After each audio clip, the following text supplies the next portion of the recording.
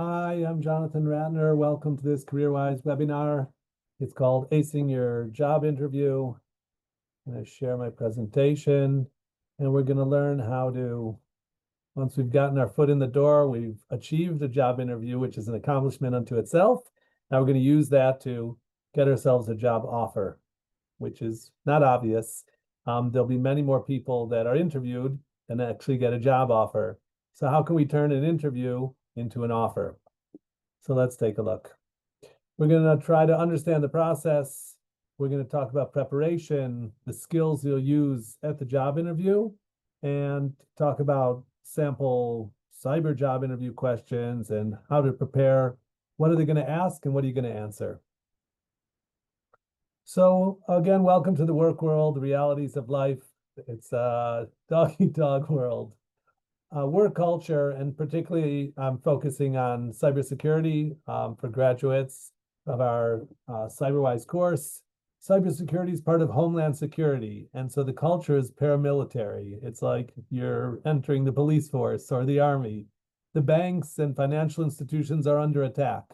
The cybersecurity companies, they're like mercenaries, they're hired guns. You are interviewing essentially to become a soldier. So although your values are about family and Shabbos and Yontif or marrying off your kids, but that's not what's going to get you a job. What the values you need to present in your interview are about helping the company make money by providing professional services to customers. So your job interview is a performance where, again, you're going to be honest, but you have to realize that the camera is on, you're on stage. And so we're going to talk about what you want to project. So we're going to address the topics here that your CV has gotten you an interview. Now you're going to try to use this opportunity to continue your branding, okay, your professional branding that you've begun to communicate through your CV, and you want to now continue to play that role and to, promote your brand. So the topics we're going to address are the preparation, transportation, listening skills, how to communicate your branding message, understanding the person across the table, your body language, what to wear, makeup and jewelry, what not to say, and then follow up. So preparation is everything. Like most things in life, how you prepare is the best indicator of your success. So job interview is like that. So research is a really big part of it. If you show up at a job interview and you don't know exactly what they do or what the job is about, you're an idiot, okay? Because this was your homework and you want to show that you're a diligent employee and a competent professional. So show that by all the things you've learned about the company through every means you can. You've for sure been to their website, you've read white papers, you've looked at their people, their management on LinkedIn to read what they're saying and what they are promoting and so forth. So you want to, do a lot of homework. It's not easy to get a job interview. You have that interview, so treasure that, value that, show you respect this person's time that's going to interview you, and prepare greatly. Invest, hours into preparation for each interview. Who's going to interview you? If you can know the person in advance and their role in the company, it makes a big difference. Is it an HR, probably a woman? Is it the CTO, a technical person, or is it the big boss, the CEO of the company? So that's going to change and have impact on your messaging based on who you're going to be talking to. So for sure, you want to prepare a list of questions that you want to ask. If they say, do you have any questions? And you say no, so that's bad answer, okay? You definitely want to prepare questions. And for sure, you need to think about what they're going to ask you and how you're going to answer those questions. Write those things out, hone them, practice them, record yourself to see how you look, giving, your own pitch when they're going to say, tell me about yourself.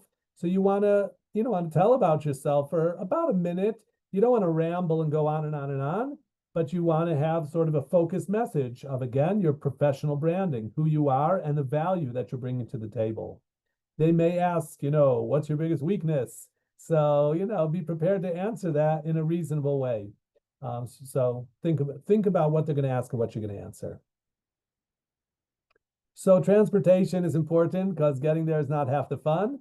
You don't want to get lost. You don't want to get stuck in traffic. You do not want to be late for a job interview. Being there 10 minutes early is called being on time because you don't want to be sweating. You don't want to be running. You want to have low stress way to get to the place 10 or 15 minutes ahead of time. If you need to go there the day before to figure it out, so do that. You're nervous and you need to be at your best. So keep yourself calm, focused on the game. The pregame should not drain your energy. Okay, so give yourself plenty of time. Listening skills, some people are naturally good at this, other people less so. It's something to think about. I wrote, better to be thought a fool than to open your mouth and remove all doubt. Don't say stupid things. Try not to say stupid things. So again, preparation will help you. But then also, let the interviewer guide the interview. It's his show, and you're the guest on his show, okay, his or her show. So again, you want to learn in advance everything you can about the job and the employer, and then throughout the interview, listen to what they're saying about the company and what they're looking for, and try to use active listening skills to reflect those messages and those values in your answers and what you talk about, right? You want to mirror them to a certain degree. Find out what qualities they're looking for in this new hire that they're trying to hire. As I said, allow them to guide the conversation at their pace and their direction. Communications are a huge element in professional success. So showing that you can communicate in a professional manner, in a positive way, is a big indicator of your success on this job. So show that you're a good team player, you can listen and interact effectively with others in the job interview itself. You can tweak your messaging based on who you're talking to. What are they interested? Are they technical, or are they big picture, or are they detail oriented? That makes a big difference about what you're going to emphasize in your toolkit of your skills and your professional persona. So as we're talking about communicating your message, your CV painted a picture of yourself. It began to show your professional persona, and your interview now is going to continue that in a real live way. It's what you say and it's how you say it. And the underlying concept here is, I can do this job. I want to do this job. I can get along with others and contribute to the team. Okay. So you want to be confident, not arrogant, but professional competence. A job interview is not therapy. Don't throw your problems on the interviewer or tell them how miserable you are. You may be miserable, but that's not their business. And that's not what you want to project. You want to project strength and competence, professionality. It's like a performance, okay? You're on stage. It's lights, camera, action. You are meant to be acting the part of the effective hire. You're trying to communicate that you understand what they're looking for, and you can be that person. You are that person. You want to be your best professional self. Okay, that's the message. They're looking to hire somebody to play a particular role in the company. I am that person. I can do that in a positive and contributing way. That's the show that you got to put on. Okay, and again, it should be based in truthfulness and reality. Because if not, if you can't do it, or you don't want to do it, or you're really not right for the position, so then don't waste their time and your time, right? So we're assuming that this is a good job that you can do in a competent way.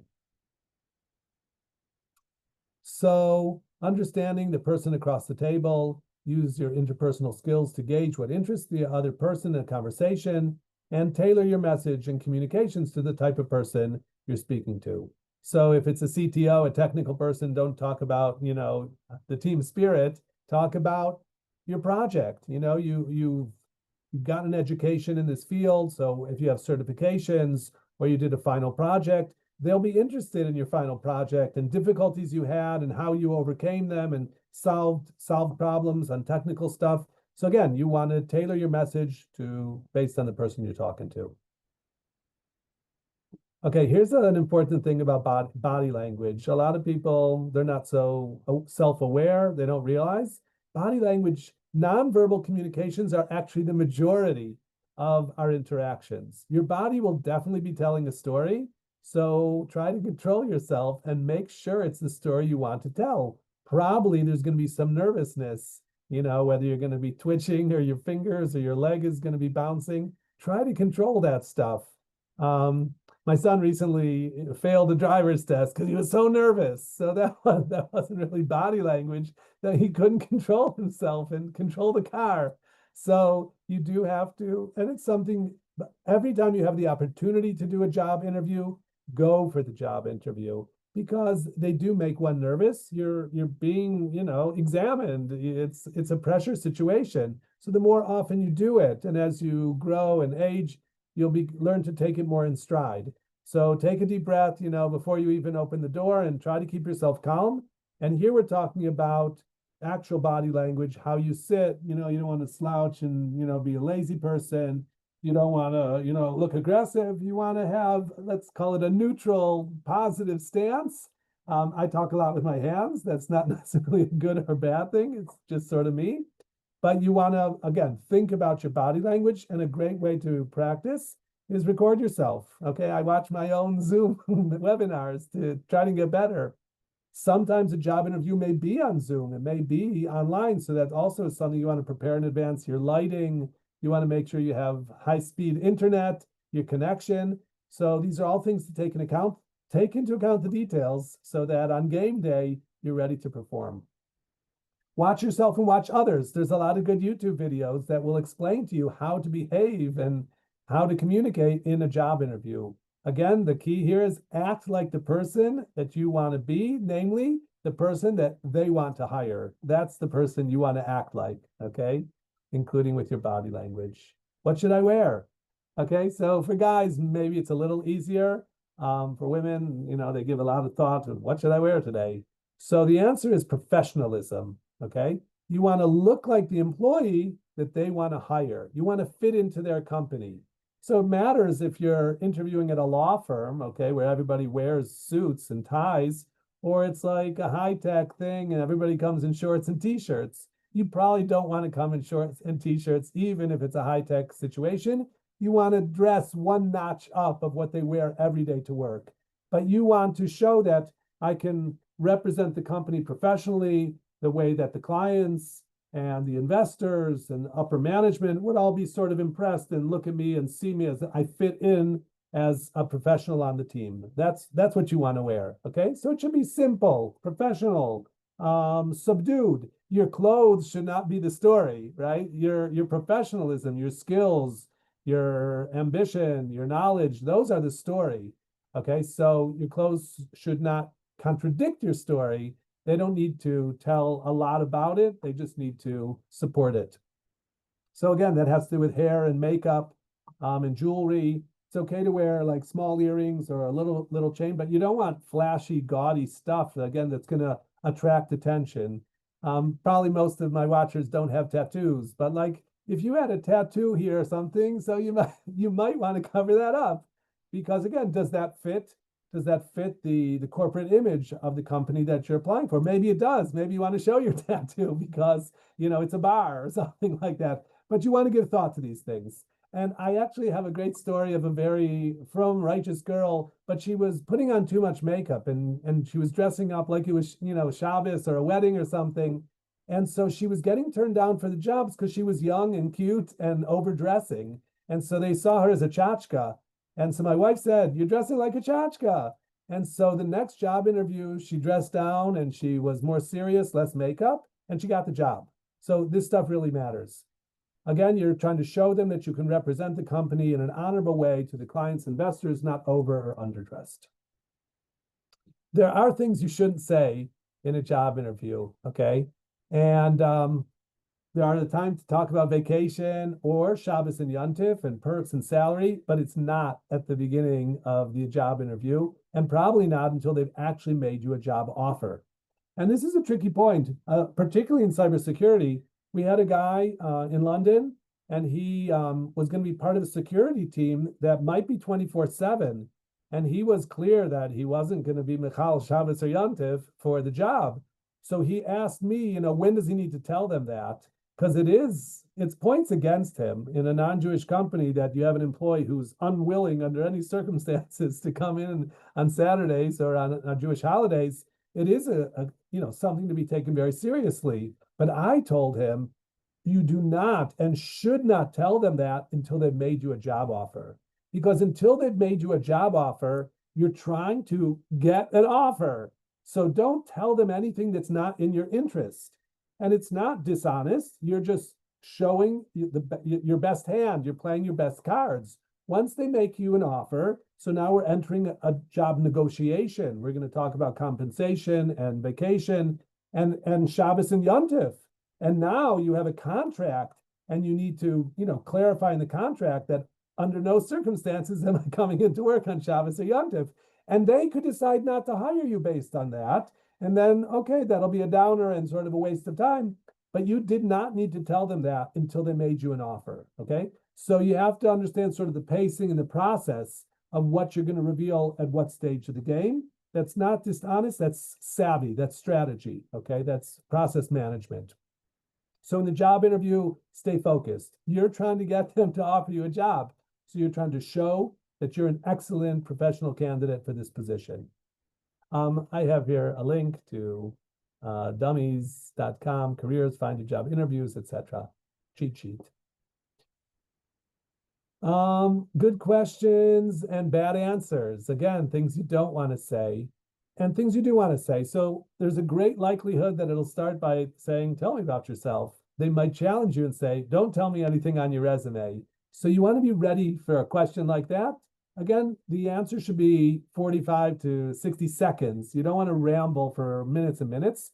You want to think about what is the main idea of my professional persona that I want to give over succinctly. There are things you should never say, like, I'll do whatever, or, what do you do? What does the company do? Like, did you not do any research? Complaining about your previous boss or answering a question, oh, it's on my resume, I don't have to tell you. They asked you, so you do have to tell them. And that reminds me, you want to bring your resume, a printed version, even more than one, because maybe there'll be a few people at the meeting, at the interview, and you want to be able to hand out your resume. They may ask, did you bring your resume? And you want the answer to be yes. So bring your resume, go through it, and ask questions about things that are not clear or could stand some embellishment. So you want to do that yourself. Take your CV and look at it through the eyes of an outsider and see what are the things that they're going to ask me about, and prepare your answers so that you're ready for that. Okay, so saying you have no questions is a bad answer, or how much vacation time do I get? These are all things you shouldn't say. Don't ask for mercy. Don't be pathetic. I really need this job. I'm going through a personal crisis, or it's my first job, whatever. You want to be tough. You want to be business. You want to show them you're a warrior. Okay. You are a valuable person who brings, punch and success and drive and ambition. Those are the things you want to bring to the job. I wrote here that Haredi women who are feminine and who are chaste and sanua, but they can be fighters. Okay, a Hebrew word, fighteriot. It's a Hebrew word today to be a fighter. And so we have women who have graduated our course who are women in maybe their 30s or 40s, and they have a bunch of kids to feed, and maybe their husband's in Koilel. So they're really serious about working hard and earning a living. They are fighters, okay? They're fighting and they're playing to win. So those are excellent employees because they're not there to fool around or to socialize or anything else. They've learned to provide professional skills, and they want to do it on the highest level and advance and earn money to support their family. That's the kind of vibe that you want to give off, that I'm a fighter, a winner. I'm in the game, I'm playing to win, and I'm going to work for your company, and together we're going to go places. Okay, again, confidence, not arrogance, but I'm playing to win. I'm really serious about this. Follow up. At the very end of the meeting, you can ask, when should I follow up? You should send a thank you note the next day, and then call back maybe a week later. You may have a spreadsheet to manage your job search. Where have you sent your CV? Where have you had a job interview? Following up shows interest. You don't want to pester them day after day, but it's okay to reach out. Getting a job is a job, okay? It's a hard job because it brings your self-confidence into question. You're trying to sell yourself, okay? So marketing yourself is a tough job, but you gotta gird your loins and do it. You have to make time for it and be persistent. Regarding cybersecurity jobs in particular, really any technical job, so skills are king. They may put you on the keyboard and ask you to do stuff at the job interview. That happened to me years ago, and I didn't really know how to do everything they asked for. I did my best, and I said I'd be happy to learn more, and to show them I'm interested in learning and growing. So be prepared to talk and demonstrate your skills. If you have any certifications, like we talked about, you telling about your projects, your interests, and anything that you don't know, they may ask you questions that you don't know the answer. So don't like commit suicide or melt and think, oh, that's the end of it. Say, okay, I'm really interested, and I'll look that up and I'll get back to you. Those are legitimate answers. Nobody knows everything. Okay. So nowadays, I used to say Google's your best friend, but now I say Google and AI are your best friends, because if you go to ChatGPT or Gemini or whatever you use, and you ask, what are common cybersecurity job interview questions and good answers, you're going to get a page or two or three or four or five of questions and answers. You want to look at that, because if you don't, then you're not using all the tools that you have. These are today's professional tools, so use them. Again, don't parrot them. Don't say exactly what it says on the piece of paper. Think about your own gestalt, where you're coming from, and work that in, but it'll give you ideas and concepts of how to tell your story, your personal and your professional story, in a most successful way. Okay, I thank you for being here. This is CareerWise, where we offer career counseling. We have courses in cybersecurity and AI marketing. Check us out. Here's our website at careerwise.info. We have an email there, office@careerwise.info. Thanks for being here today. Wishing you bracha v'atzlacha. All the best.